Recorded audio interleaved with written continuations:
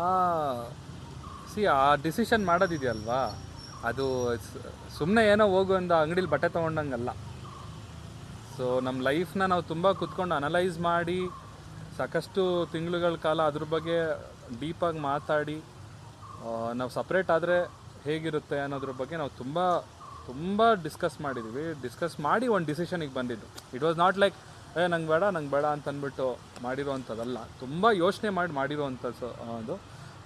Because ಅವ್ರಿಗೂ ಒಂದು ಲೈಫಲ್ಲಿ ಏನೋ ಸಾಧನೆ ಮಾಡಬೇಕು ಅನ್ನೋದು ಅವ್ರ ಲೈಫಲ್ಲೂ ಇದೆ, ನನಗೂ ಏನೋ ಸಾಧನೆ ಮಾಡಬೇಕು ಅನ್ನೋದು ಲೈಫಲ್ಲಿದೆ. ಸೊ ಎಲ್ಲೋ ಒಂದು ಕಡೆ ಒಟ್ಟಿಗೆ ಇದ್ದಾಗ ಅದಕ್ಕೆ ಅಡಚಣೆಗಳಾಗ್ತಿತ್ತು ಅನ್ನೋ ಒಂದು ಕಾರಣಕ್ಕೋಸ್ಕರ ಮಾತ್ರ ನಾವು ಸಪ್ರೇಟ್ ಆಗಿದ್ದು. ಸೊ ಅವರು ಜೀವನದಲ್ಲಿ ಮುಂದೆ ಬಂದರೆ ನನಗೂ ನಾನೇ ಫಸ್ಟು ಜಾಸ್ತಿ ಖುಷಿ ಪಡೋದು ನಾನೇ. ಸೊ ಹಾಗಾಗಿ ನಾವು ತೊಗೊಂಡಿರೋ ಡಿಸಿಷನ್ ಕರೆಕ್ಟ್ ಆಗೈತೆ. ವೇದಿತ ನಿಮಗೆ ಅವಾಗಿನ ಸಿಚುವೇಶನ್ನೇ ಬೇರೆ, ಇವಾಗಿನ ಸಿಚುವೇಶನ್ ಬೇರೆ. ಎಷ್ಟೋ ಇಂಡಸ್ಟ್ರಿಯಲ್ಲಿ ನೋಡಿದ್ದೀವಿ, ಅಂದರೆ ಡಿವೋರ್ಸ್ಡ್ ಆಗಿರುವಂಥ ಕಪಲ್ ಮತ್ತೆ ಒಂದಾಗಿದ್ದಾರೆ. ಸೊ ನಿಮಗೆ ಅನಿಸಿದ್ಯಾ ಎಷ್ಟು ಮಿಸ್ ಮಾಡ್ಕೊಂಡ್ರಿ ಆ ಥರ ಅನಿಸಿದ್ಯಾ ನೋಡುವಾಗ ನೀವು ಎಮೋಷನಲ್ ಆದ್ರ? ಒಬ್ವಿಯಸ್ಲಿ ಎಮೋಷನಲ್ ಆದೆ. ಆ್ಯಂಡ್ ನೀವು ಈ ಥರ ಕ್ವೆಶ್ಚನ್ ಕೇಳಿ ಸ್ವಲ್ಪ ಟ್ರಿಕ್ಕಿ ಆಗಿರುತ್ತೆ. ಯಾಕಂದರೆ ಏನು ಫೀಲೇ ಆಗಲ್ಲ ಅನ್ನೋ ಥರ ಇರಲ್ಲ. ಒಬ್ವಿಯಸ್ಲಿ ಅಷ್ಟು ಇಯರ್ಸ್ ಎಲ್ಲ ಇದ್ಮೇಲೆ ಫೀಲಿಂಗ್ಸ್ ಅನ್ನೋದಂತೂ ಇದ್ದೇ ಇರುತ್ತೆ. ಬಟ್ ಐ ಡೋಂಟ್ ಥಿಂಕ್ ಅದು ಬೇರೆ ಕಪಲ್ಸ್ ಬಗ್ಗೆ ಅದು ನನಗೆ ಗೊತ್ತಿಲ್ಲ. ಮೇ ಬಿ ಅವರಲ್ಲಿ ಇನ್ನೂ ಒಂದು ಒಬ್ರಿಗೊಬ್ರಿಗೆ ಆ ಪ್ರೀತಿ ಇದೆಯಲ್ಲ ಜಾಸ್ತಿ ಇತ್ತೇನೋ, ಅದಕ್ಕೆ ಒಂದಾಗಿರ್ಬೋದು. ಬಟ್ ನಮ್ಮಲ್ಲಿ ಅಷ್ಟು ಕಂಪ್ಯಾಟಬಿಲಿಟಿ ಇರಲಿಲ್ಲ. So obviously I don't think ಅದು ನೆಕ್ಸ್ಟ್ ಫ್ಯೂಚರಲ್ಲ ರಿಕನ್ಸೈಲ್ ಆಗ್ಬೋದು. ಓಕೆ, ಅಂದರೆ ನೆಕ್ಸ್ಟ್ ಶೂಟ್ ಇದೆ, ಡಿಸ್ಟರ್ಬ್ ಆದರೆ ನನಗೆ ಸೀನ್ಗಳು. ಸೊ ನಿವೇದಿತಾ, ಇದು ಫೈನಲ್ ಕ್ವಶನು. ಈಗ ಯಾರಾದರೂ ಡಿವೋರ್ಸ್ ಆದಾಗ ಪ್ರತಿ ಬ್ಲೇಮಿಂಗು ನಾನು ನೋಡಿದ್ದೀನಿ ಹೆಣ್ಮಕ್ಳ ಮೇಲೆ ಬರುತ್ತೆ.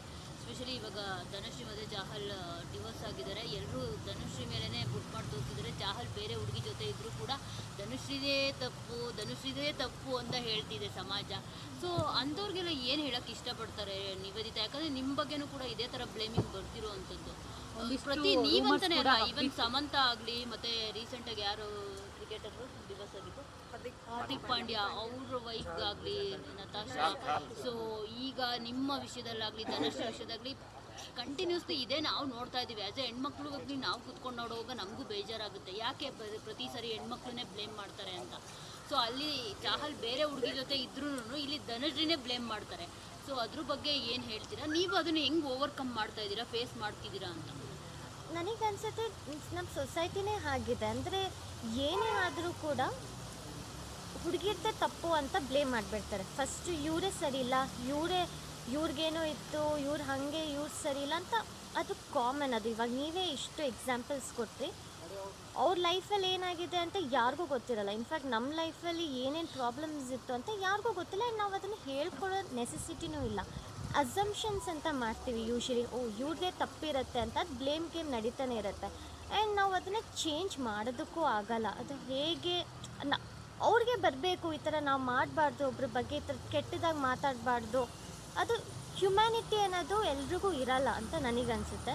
ಆ್ಯಂಡ್ ಇದನ್ನು ಓವರ್ಕಮ್ ಏನು ಮಾಡಬೇಕು, ಹೇಗೆ ನಾನು ಮಾಡ್ತೀನಿ ಅಂದರೆ ನನ್ನ ವರ್ಕ್ ಮೇಲೆ ಕಾನ್ಸಂಟ್ರೇಟ್ ಮಾಡ್ತೀನಿ. ಇವಾಗ ಬೇರೆಯವ್ರು ನನ್ನ ಬಗ್ಗೆ ಏನು ಅಂದ್ಕೊಳ್ತಾರೆ, ಅದು ನನಗೆ ಸಂಬಂಧನೇ, ಅದು ನನ್ನ ಪ್ರಾಬ್ಲಮ್ ಅಲ್ಲ, ಅದು ಅವ್ರ ಪ್ರಾಬ್ಲಮ್ಮು. ಅವ್ರು ನನ್ನ ಬಗ್ಗೆ ಆ ಥರ ಯೋಚನೆ ಮಾಡ್ತಿದ್ರೆ ಅದು ಅವ್ರ ಪ್ರಾಬ್ಲಮ್. ನನ್ನ ಪ್ರಾಬ್ಲಮ್ ಹೆಂಗಾಗತ್ತೆ? ಸೊ ಬೇರೆಯವ್ರು ನನ್ನ ಬಗ್ಗೆ ಹೇಗೆ ತಿಳ್ಕೊಳ್ತಾರೆ ಅಂತ ಅದ್ರ ಬಗ್ಗೆ ಕುಗ್ಗೋದಾದರೆ ನನ್ನ ಮೈಂಡ್ ಅಷ್ಟು ವೀಕ್ ಇಲ್ಲ.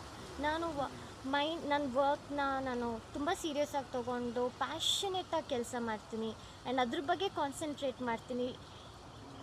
ಒಂದಷ್ಟು ಕಮೆಂಟ್ಸ್ ಏನೇ ಬಂದರೂ ನಾನು ಓಪನ್ ಮಾಡಿ ನೋಡೋದೂ ಇಲ್ಲ. ನನಗೆ ಗೊತ್ತೂ ಇಲ್ಲ ಆ್ಯಕ್ಚುಲಿ ಏನೇನು ಬರುತ್ತೆ ಅಂತ. ಮಾಡ್ಕೊಳ್ಳಿ, ಅವ್ರು ಖುಷಿ ಬರುತ್ತಾ, ಬೇರೆಯವ್ರಿಗೆ ಕೆಟ್ಟದ್ದು ಬಯಸಿದ್ರೆ ಅವ್ರಿಗೆ ಖುಷಿ ಸಿಗತ್ತಾ, ದೇವ್ರು ನೋಡ್ಕೊಳ್ತಾನೆ. ನನ್ನ ಪಾಡಿಗೆ ನಾನು ನನ್ನ ಕೆಲಸ ಏನಿದೆ ಅದನ್ನು ಮಾಡಿಕೊಂಡು ಖುಷಿಯಾಗಿ ಇರ್ತೀನಿ. ಆ್ಯಂಡ್ ಹೋಪ್ಫುಲಿ ಒಂದಷ್ಟು ಜನ ನೆಗೆಟಿವ್ ಸೈಡ್ ಇದ್ದರೂ ಕೂಡ ತುಂಬಾ ಇಷ್ಟಪಡೋರು ತುಂಬ ಜನ ಇರ್ತಾರೆ. ಬಟ್ ಇಷ್ಟಪಡೋರು ಎಲ್ಲರೂ ಅದನ್ನು ಟೈಪ್ ಮಾಡಿ ನಮಗೆ ನೀವು ಇಷ್ಟ ಅಂತ ಸೋಷಿಯಲ್ ಮೀಡ್ಯಾದಲ್ಲಿ ಕಮೆಂಟ್ ಮಾಡೋರಿರಲ್ಲ.